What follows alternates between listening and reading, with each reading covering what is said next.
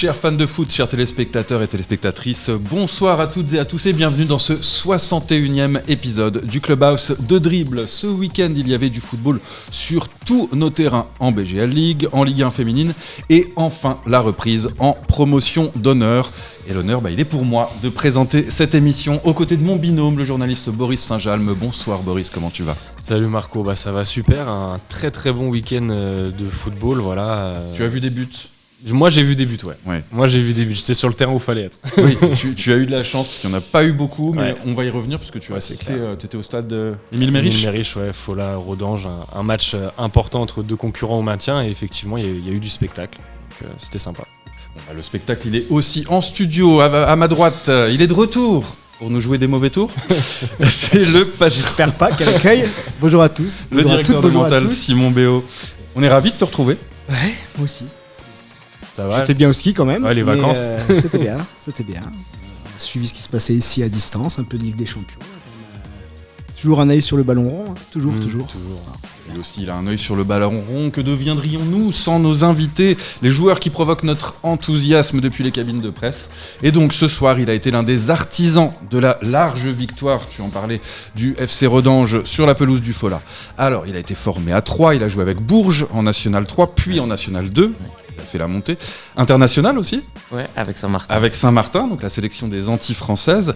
Il est arrivé en 2022 au FC Rodange. Il a joué depuis l'intégralité des matchs comme titulaire. Il participe à la montée en BGL League en 2024. Notre invité, c'est Yanis Montantin. Bonsoir Yanis. Bonsoir, merci pour l'invitation. C'est nous qui te remercions. C'est un plaisir de t'accueillir parmi nous. Surtout, j'imagine, après une victoire qui fait du bien. Il fait du bien, depuis septembre, je crois qu'on n'avait pas gagné, donc depuis Mont-des-Archanges, donc en plus avec la manière. Donc oui, j'ai bien dormi. Bon. Très bien, vous ne vous endormez pas puisque au programme, voici le sommaire de cette 61e émission. Nous allons évidemment revenir sur cette 17e journée de BGL League avec des résultats, alors pas beaucoup de buts mais des surprises. On va y revenir. Nous évidemment ferons un focus sur le FC Rodange avec notre invité Yanis Montantin. Nous nous poserons la question de savoir si Differdange peut déjà avoir une voie royale vers un deuxième titre consécutif. Nous parlerons de la sélection nationale féminine avec les 2 matchs internationaux à venir, des routes Lévinen, la Ligue 1 Dames, la PH, c'est tout ça, le Clubhouse de Dribble. Et on commence avec les résultats du week-end sur les terrains de BGL League. Donc 8 matchs se sont déroulés, un premier décalé samedi. C'était le choc de cette 17e journée. Dudelange recevait Differdange et c'est le leader qui s'est imposé face à son dauphin. Donc 1-0 pour Differdange. Ostert a créé la surprise en s'imposant face au Racing 1-0. Strassen a écrasé Vils, rapidement réduit à 10. On y reviendra 3-0. Le Progrès s'est imposé sur la plus petite des marges 1-0 face au SC Bétambourg. Pétange et Jeunesse, pas de but, 0-0, tout comme Swift Mont-d'Archange, 0-0.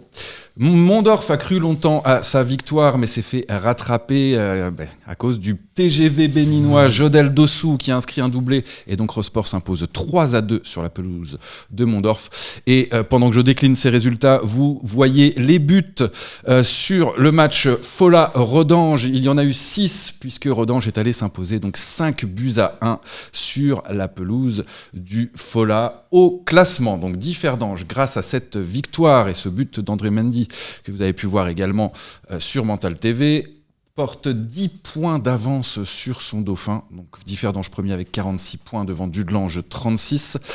11 points d'avance sur le Swift. Ça commence à être compliqué pour aller chercher Differdange. En bas de classement, alors Rodange fait une bonne opération en emportant les 3 points face à un concurrent direct, mais malheureusement pour l'instant, au niveau comptable, reste encore 14e devant les 2 derniers que sont Fola et Mont-d'Archange. Alors, messieurs, j'ai envie de vous demander quel match a retenu votre attention ou quel résultat vous paraît le plus important à ce stade de la compétition. Est-ce que c'est Ostert qui fait tomber le Racing ? Est-ce que c'est le Swift qui est tenu en échec par la Lanterne Rouge Mont-d'Archange ? Est-ce que c'est finalement ce match Dudelange-Differdange qui tue un peu le suspense ? On a plein de résultats intéressants, je trouve, ce week-end. Je vais citer un match que tu n'as pas énoncé, c'est la victoire du Progrès. Pour moi, on va mettre de côté Differdange, on en parlera, ou peut-être Boris va en parler tout à l'heure. Mais la victoire du Progrès, elle est intéressante parce que ils ont profité des faux pas de Dudelange, donc justement à domicile contre Differdange, du match nul du Swift et de la défaite du Racing. Ouais. Et je vais même ajouter le match nul de la Jeunesse. Donc, même si dans le jeu, sur le contenu du match, c'était plutôt laborieux, l'essentiel, c'est les 3 points.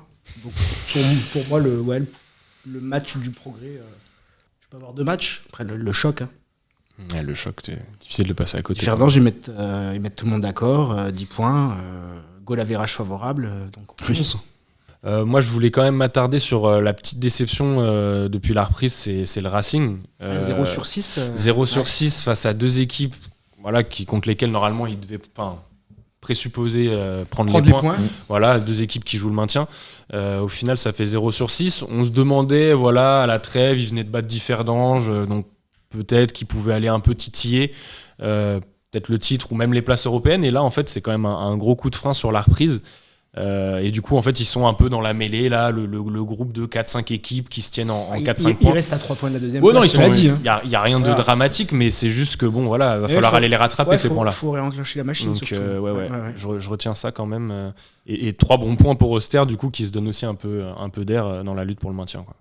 Alors moi, ce que je retiendrai personnellement, c'est que avant le match entre Fola et Redange, où il y a eu 6 buts inscrits, et bien sur l'ensemble de toutes les rencontres de cette 17e journée, on ne comptabilisait que 11 buts. Et donc on peut peut-être se demander si les faux pas des uns ou des autres, et notamment des équipes prétendues en course à l'Europe, n'ont pas subi l'hiver rigoureux, l'état des pelouses qui ne facilitait pas les gestes techniques. Tu en penses quoi, toi, Yanis ?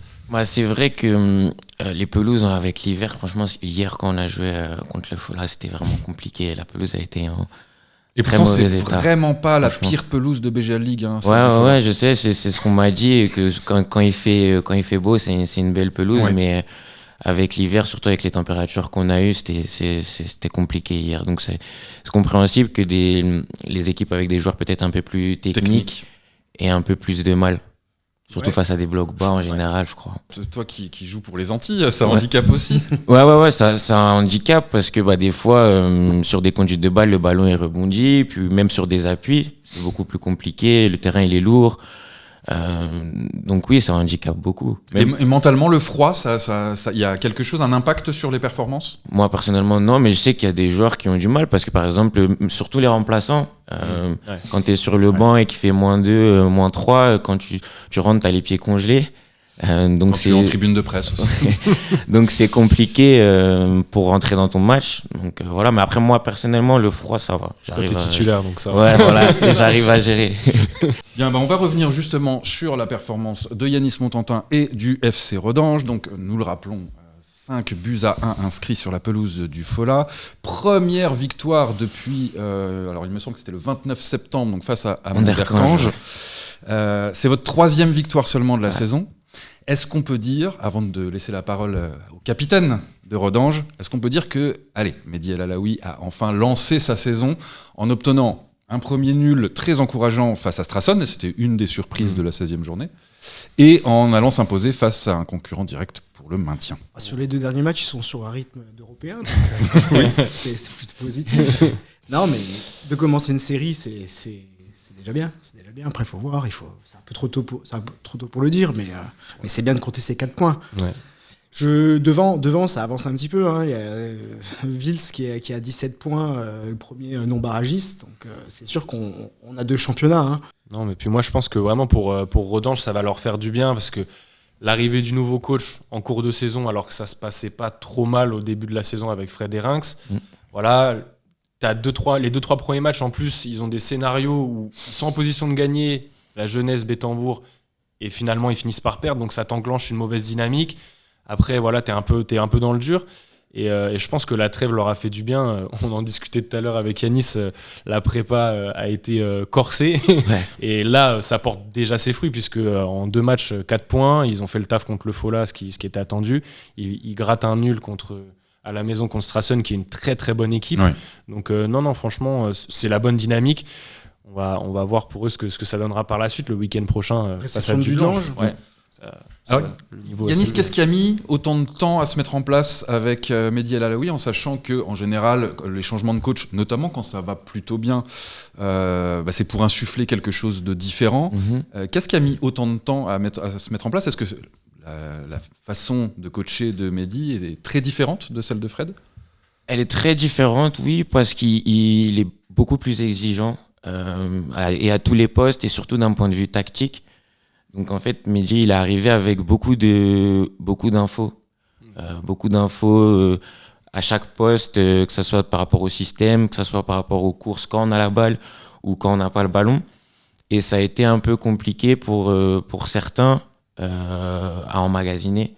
Et donc on voyait sur les matchs des fois des erreurs de placement, des erreurs dans les déplacements aussi avec ballon qui nous coûtaient des buts, clairement.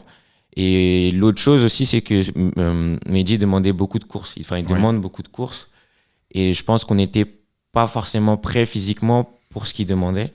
Et c'est pour ça que la trêve a fait énormément de bien. Donc c'est qu'il a pu travailler et faire sa prépa lui comme il le voulait. Parce que quand il est arrivé, c'était la prépa de Fred, du coup. Oui. Et aujourd'hui, je pense qu'on est prêt physiquement, en tout cas. On est prêt à jouer 90 minutes, ce qui n'était pas forcément le cas quand Mehdi est arrivé. C'était quoi le volume de travail foncier que vous avez fait janvier, février ? C'était du travail quasiment... on s'entraînait tous les jours, déjà, alors que là, maintenant, on est repassé à 4 entraînements. Oui. On avait un match tous les 3 jours, donc on n'avait quasiment pas de repos. On se voyait tous les jours. Et puis, c'était du travail foncier à chaque entraînement. C'était du 10-10, du 20-20, 30-30. Vous voyez pas beaucoup la balle. on l'a vu, en fait, on la voyait. De loin. Mais il y avait toujours en fait un petit travail physique, soit au début, soit entre 2 exercices avec le ballon. Mais c'était nécessaire. C'était nécessaire et je pense que ça commence à porter ses fruits. Déjà aujourd'hui, on l'a vu déjà même contre Strassen surtout, on est parti chercher le penalty, je crois que c'était dans les arrêts de jeu. Ouais. Donc ça a montré qu'on était encore prêt physiquement à ce moment-là du match, quoi. Ouais. Vous êtes parti en stage ? Non. On est resté à Rodin. Vous avez fait la diff hier aussi en fin de match. C'est vrai, ouais. C'est 2-1 jusqu'à la 70-75e. C'est vrai. C'est vrai. Donc, signe de caractère, tout ça. C'est bien pour le groupe. C'est bien pour le groupe, ouais. On n'a pas baissé les bras et puis on s'est pas affolé. Je prends le match de la jeunesse où on menait 2-0 à peu près au même niveau. On prend le but du 2-1 et on s'effondre complètement. Et ça aurait pu être le cas hier et ça n'a pas été le cas parce qu'on a gardé notre calme. Donc oui, signe de caractère. Et pourtant, vous avez gardé votre calme alors que vous auriez pu baisser les bras. On aurait pu voir beaucoup d'équipes le faire parce que dans les 15-20 premières minutes, vous aviez l'occasion finalement de rentrer au vestiaire à la mi-temps à plus de 4-0. Ouais, largement. Et il n'y avait que 1-0 à la 45e. Il n'y avait que 1-0 à la mi-temps. Et donc tu te poses un peu des questions honnêtement parce que tu te dis est-ce que ça va pas tourner en la faveur du Fola, quoi, parce que c'est souvent des signes où quand l'équipe en face elle rate, toi t'as une petite occasion et puis le match tourne en la faveur de l'adversaire, quoi. Et non, on s'est pas affolé, même à la mi-temps le coach nous a dit de pas nous affoler parce que dans le contenu c'était quand même très intéressant ce qu'on faisait. Et puis on a eu la chance qu'il a tourné en notre faveur parce qu'ils reviennent et ils mettent le poteau d'entrée et puis je crois qu'on marque 5 minutes après, donc on a eu, cette fois-ci, on a la chance à tourner de notre côté. Ouais, et puis alors, au niveau athlétique, en tout cas visuellement, depuis les tribunes ou de la cabine de presse, on voyait vraiment que vous étiez bien supérieur au Folamen. Ouais. Alors, tu parlais de penalty, celui contre Strassen. On va revenir aussi sur des penaltys manqués. Alors, toi, tu en as raté un contre Mondorf. Ouais. Hier, c'est Atieda qui a manqué le sien. Alors, manqué. Il a été arrêté par le gardien il a eu beaucoup d'occasions, mais il a marqué, il a fait une passe D, donc bon. Ça va. Tant mieux. Au niveau efficacité offensive, c'est peut-être là où vous avez encore le plus besoin de progresser. Ouais, c'est là, parce que je pense par match, on a beaucoup trop d'occasions qu'on concrétise pas, quoi. Au niveau des expected goals, oui. Là, hier encore, ça va, on arrive à en mettre 5, mais on aurait pu, comme vous l'avez dit, on aurait pu en mettre 10, honnêtement. Et hier on gagne, donc ça va, mais il y a des matchs où on perd, où on fait peut-être match nul alors qu'on peut gagner largement, quoi. Tu as connu la promotion d'honneur puisque tu as fait 2 saisons à Redange en PH, tu as vécu la montée. La question est peut-être difficile, mais comment on évite l'ascenseur ? Déjà, faut bien se renforcer. Je pense que le mercato d'été, il est primordial. Ouais. On a vu l'année dernière Chifflange qui avait fait un gros mercato, des grands noms, etc., et qui ont eu beaucoup de mal à se maintenir. Donc, je pense qu'il faut trouver l'équilibre entre expérience et en même temps un peu de jeunesse, de fouille, etc. Puis moi, je pense que c'est le collectif qui peut permettre d'éviter de faire l'ascenseur, parce que on voit qu'en PH, c'est pas forcément les meilleurs effectifs en termes de qualité qui arrivent à monter. C'est vraiment ceux qui ont le plus de hargne et qui sont le plus disciplinés. Et je pense qu'il faut garder ça aussi en BGL. Il faut garder ça en BGL, être discipliné. Et des fois, j'ai l'impression que les équipes qui montent ont du mal à garder cet ADN-là. Le niveau est si grand entre la PH et... Ouais, il y a j'ai pas de stats précises, mais si on regarde sur les 10 dernières années, il y a un beau petit gap entre on a 70% de retour. Qui redescendent direct, ouais, donc c'est vraiment... Tu le ressens direct. Ouais, tu le ressens direct. Le premier match, nous, c'était le Racing. Oui. Ouais. Tu le vois tout de suite. Encore, on prend le point du nul, ouais. Mais tu le ressens tout de suite dans l'intensité, dans la qualité vite, technique. Ouais, tout va plus vite. Alors l'objectif maintenant du FC Redange 91, c'est de sortir de la zone des barrages, c'est d'accrocher un barrage. On va prendre match après match. Après, le mieux, oui, ce serait de se maintenir sans les barrages. Mais après, là, tout de suite, quand on regarde le classement, c'est Vils qui a 5 points. Ouais. Donc 5 points, c'est faisable, mais c'est beaucoup aussi en même temps. Donc voilà, on prend match après match. S'il faut passer par le barrage, on passera par le barrage. Mais le mieux, oui, bien sûr, ce serait d'arriver à se maintenir sans passer par la case barrage. Alors, cependant, attention, car le calendrier de Redange ne va vraiment pas être des plus simples, vous l'avez dit tout à l'heure. Donc, Dudelange pour la prochaine journée. Ensuite, ce sera déplacement à Mondorf, puis réception du Progrès. Ouais. Là, l'objectif, on va dire, des 5 prochains matchs, ça va être de grappiller au maximum 1 ou 2 points. De prendre le maximum de points possible. On l'a vu, comme Brice vient de le dire, parce que Ostert a gagné le Racing, Vils a aussi gagné le Racing. Donc voilà, il faut essayer de prendre des points au mieux qu'on peut. Créer la surprise. Voilà. Si vous êtes bien préparé physiquement, si tactiquement ça bosse bien. C'est possible en fait, c'est possible. Vous puissiez faire des coups. Voilà, essayer de faire des coups au mieux, surtout qu'on les joue à domicile à chaque fois, je crois. Le Progrès, c'est à domicile, Dudelange, c'est à domicile. Donc voilà, essayer. Bon, 3e victoire. Est-ce que quand on a 3 victoires en 17 rencontres, on l'a faite ? Oui, il faut. Quand on a 3 en 17 rencontres, c'est que t'en as pas beaucoup. Donc on en profite. Donc on en profite et on espère qu'il y en aura d'autres qui vont arriver. Mais oui, hier, on a bien fêté tous ensemble. Et ce soir, entraînement, voilà. Retour à la normale. De l'autre côté, en haut du classement, il y a une équipe qui fête peut-être un peu trop souvent au goût des autres.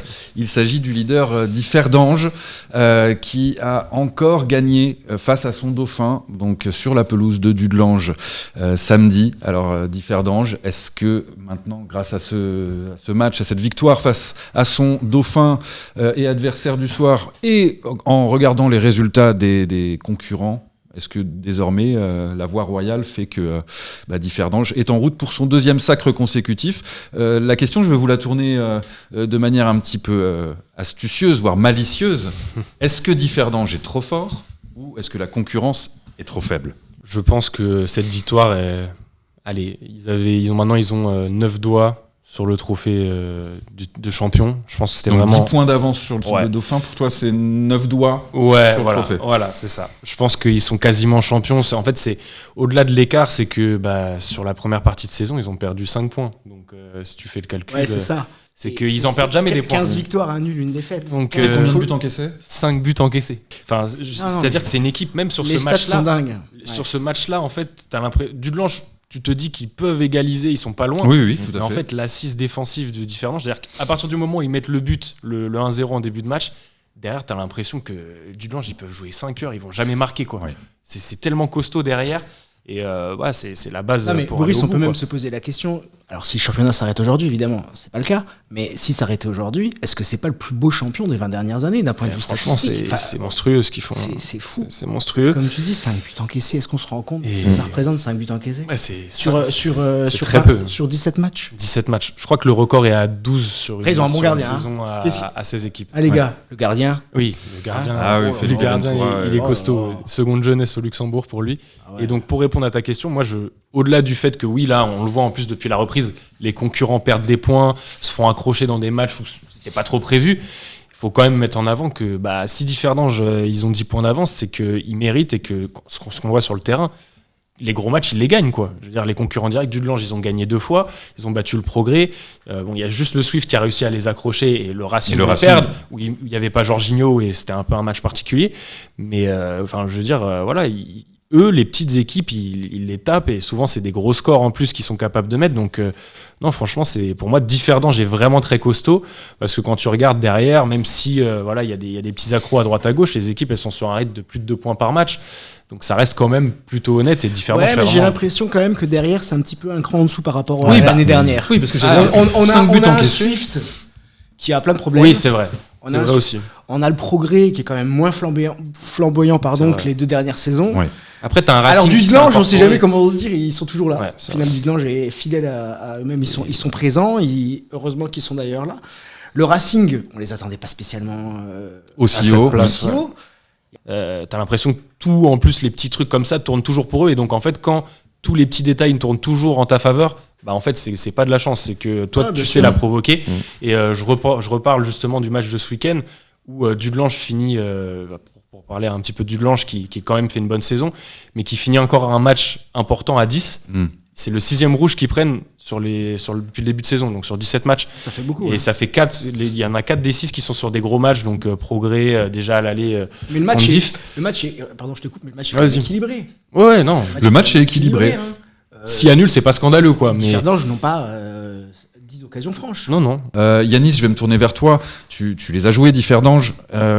Selon toi, c'est eux qui sont vraiment au-dessus ou bien le fait qu'il n'ait encaissé que 5 buts, alors certes, ils ont une défense de fer, on ne le soulignera jamais assez, un super gardien, mais est-ce que ça montre pas aussi l'inefficacité des adversaires ? Non, moi je pense que c'est eux qui sont vraiment au-dessus. Pour moi, c'est une équipe de tueurs pour moi, Differdange. Ils te mettent un but et après le match il est plié. Et souvent ils te mettent des buts avec rien, quoi. C'est un coup de pied arrêté, un ballon qui traîne, ou ils arrivent une fois dans ta surface et ça tue, quoi. Pour moi ils sont au-dessus des autres équipes pour avoir joué tout le monde. Les autres, il y a Dudelange par exemple, il y a une très belle équipe. Ouais. Racing aussi, ça joue très bien. Mais il leur faut par exemple un peu plus d'occasion. Ils vont venir dans ta surface ou ils vont rater. Differdange, ils ratent pas. Ils arrivent. C'est le côté clinique. Ouais, en fait, c'est ça. Et pareil, d'un point de vue défensif, en fait, c'est très dur de se créer même juste des situations contre eux. Dudelange a eu le ballon les 2 tiers du match, mais en fin de match, ça a poussé avec plus de centres. Ouais, ils ont une grosse La occasion à la défense, fin. on a parlé du gardien, mais il faut rendre hommage à toute la défense, à toute l'équipe. Geoffrey même, parce que Fandoni a c'est fait un match parce que c'est absolument c'est un extraordinaire. monstre. C'est un Ouais. monstre. C'est un monstre. Ouais, non, c'est clair. La ligne. Non, derrière, c'est costaud. Après encore Ouais, une non. fois, un nul, une défaite. Une défaite. Ouais. Puis contre des 2 top équipes. Et Bravo. Hein. c'est ça. Et en fait, là où tu vois des équipes, Dudelange, le Swift, là, qui perd 2 points ce week-end, peuvent parfois égarer des points contre des plus mal classés. Differdange, il n'y a pas d'erreur. Même Fabrice Obey est devenu calme. Ouais. Il n'y a même plus besoin de stresser, donc c'est que tout va bien, quoi. Bon, alors il y a une équipe qui va jouer dans un groupe où il y a beaucoup d'adversité et de concurrence, parce que c'est un groupe qui est assez homogène. Ce sont les Ruut Levinen qui vont disputer la Women's Nations League. La sélection nationale féminine, les Ruut Levinen vont débuter leur parcours en Ligue C de Nations League, un groupe constitué du Kazakhstan, du Liechtenstein, de l'Arménie et donc du Luxembourg. Et cette Ligue C débute dès vendredi. avec la réception au stade Émile Mériche, alors que vous avez un peu fait souffrir la pelouse. Je crois. J'espère qu'elles ne vous en voudront pas. On fait confiance aux jardiniers du Fola. Donc les Routes Levinen vont recevoir le Kazakhstan vendredi, puis le Liechtenstein mardi au stade Émile Mériche. J'ai eu l'occasion de discuter avec Dan Santos. Toi, tu as suivi la conférence de presse du sélectionneur. Quels sont les enjeux dans ce groupe finalement assez homogène, même si on peut mettre le Liechtenstein un petit peu en dessous. Ouais. Dan Santos l'a dit, et même si c'est pas forcément sur cette campagne, l'objectif à court moyen terme, c'est de monter en Ligue B, quitte à faire l'ascenseur, ouais. Ce qui est assez logique puisque Ligue B pour le coup c'est vraiment un niveau qui est très au-dessus. Et au vu du groupe qui est assez homogène, c'est marrant, ça, le discours en fait de Dan Santos m'a rappelé un peu celui de Luc Holtz à l'époque en Nations League, en espérant que ça se passe mieux pour ces joueuses. Et objectivement, je pense qu'en fait le match le plus important va arriver d'entrée, puisque c'est le Kazakhstan qui est pour moi l'équipe où le niveau est peut-être le plus élevé. Plus proche de notre équipe. Voilà, plus proche de la nôtre. C'est l'équipe qui est la mieux classée au classement FIFA. On n'est pas très loin derrière. Donc c'est en fait le premier match, tu dois être dedans direct parce que il faut aller chercher les 3 points et prendre le lead rapidement, sans oublier de prendre aussi les 3 points contre Liechtenstein à la maison sur un terrain qui aura peut-être un peu souffert. Donc attention aux conditions. Mais pour moi, je pense que l'objectif vraiment peut être et doit être, en tout cas vu que les joueuses sont des compétitrices, de progresser et d'aller chercher cette Ligue B où là tu seras face à des équipes qui sont d'un niveau supérieur et qui permettront encore plus de progresser. Ouais. Alors la chose positive, c'est que face au Kazakhstan, normalement, Dan Santos va pouvoir compter pour la première fois depuis très très longtemps sur l'intégralité de son groupe. On a même Laura Miller qui était titulaire avec le Standard de Liège ce week-end. On a hâte de voir également Marta Esteves revenir au Luxembourg, elle qui est passée pro donc cet été au PAOK Salonique. Donc pouvoir compter sur l'ensemble du groupe, sur Charlotte Schmidt qui a été buteuse également la semaine passée, c'est intéressant pour Dan Santos de se dire on va vraiment challenger le Kazakhstan à 50-50. Ouais, c'est ça. Et puis comme tu l'as dit là, toutes les joueuses que tu nous cites, c'est des joueuses qui évoluent dans des bonnes équipes, dans des structures professionnelles. Donc ça aide aussi tout ça à augmenter le niveau. Et pour une fois, là, on a toutes les joueuses qui sont dispo. Donc ça y est, maintenant, on a envie de voir cette équipe continuer à nous offrir de belles choses et aller chercher des succès pour aller toucher la Ligue B, quoi. Ouais, et enfin essayer de suivre les traces de l'équipe masculine, et ça passe par effectivement des joueuses qui partent à l'étranger. Pour rappel, lorsque Dan Santos a repris les rênes de la sélection en 2021, il y avait seulement une joueuse qui jouait à l'étranger, et désormais c'est la moitié du groupe, 12 sur 24. Ouais, donc ça montre aussi la progression. C'est bon signe, c'est ça. C'est clair. Alors on va continuer à parler football féminin puisqu'il y avait lieu la 14e journée de Ligue 1 Dames avec le choc à l'affiche en D1 féminine Racing Swift, alors qui avait lieu en même temps que Dudelange Differdange. C'est un peu dommage parce qu'on ne pouvait pas être sur 2 terrains. Le Racing s'est fait peur, mais le Racing s'est imposé 3-2 face à Esperange et donc prend encore le large en tête du classement. Alors à noter que l'Union Mertert Wasserbillig a déclaré forfait contre le SCL, donc le match n'a pas eu lieu, a été remporté sur tapis vert 3-0 par elle. La faute aux vacances, beaucoup de jeunes chez les filles, donc quand c'est les vacances, on n'a plus assez d'effectifs. Alors beaucoup de défections également à Young Leinster, mais le match a bien eu lieu et Young Leinster est allé l'emporter à la 97e. Un but au bout du temps additionnel, donc 3-2 face aux Young Girls de Diekirch. Les Osingen Norden s'est incliné 0-5 face à Wormeldange.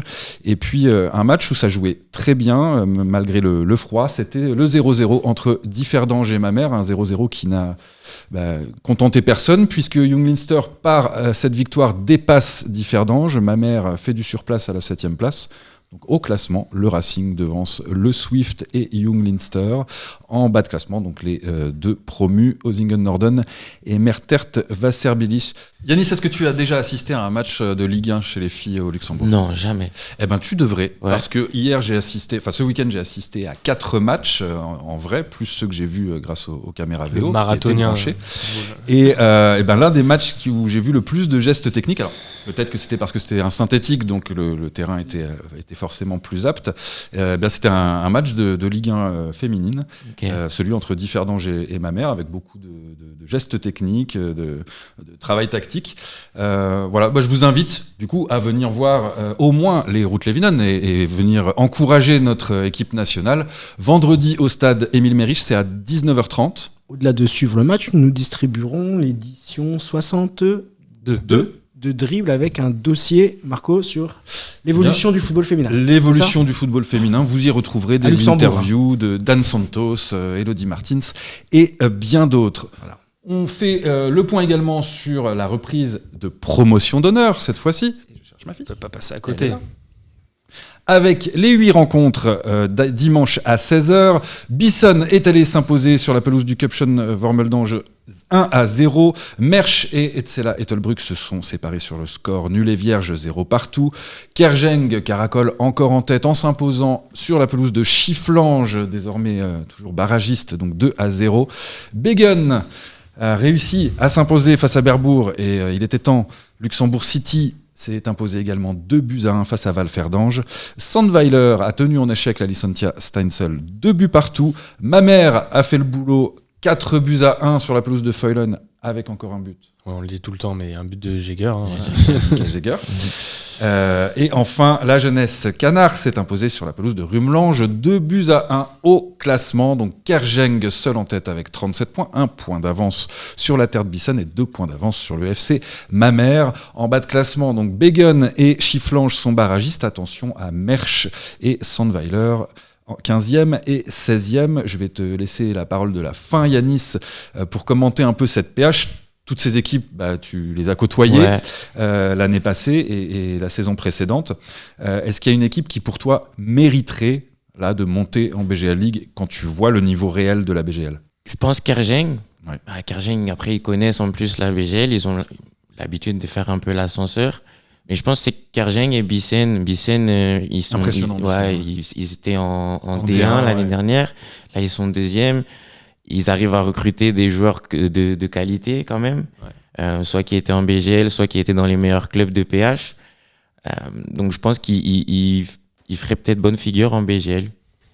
Et tu me fais une belle passe décisive pour annoncer que nous diffuserons sur Mental TV le match opposant la Terre de Bissonne contre Mamers le dimanche 9 mars. Beau match ça. Ah oui, le deuxième contre le troisième, effectivement. On va inaugurer un nouveau format. Un nouveau format chez nous, donc la retransmission en direct de match, commentée par messieurs. Avec, on va essayer d'amener pas mal de choses, du contenu avant match, après match, des interviews, un journaliste bord terrain. On va faire du mieux possible pour avoir une belle retransmission. À suivre sur Mental TV, nous vous tiendrons informés. Voilà. Donc soyez sur les terrains, dans les tribunes, mais également derrière votre écran pour nous suivre. Je vous souhaite une excellente semaine. Messieurs, merci beaucoup d'avoir été sur le plateau avec nous. Yanis, c'était un plaisir de te recevoir et de bénéficier de tes explications. Merci Yanis. Simon, à la semaine prochaine. Boris, merci beaucoup. Bonne semaine et à bientôt. Allez, bye bye. Ciao. Au revoir.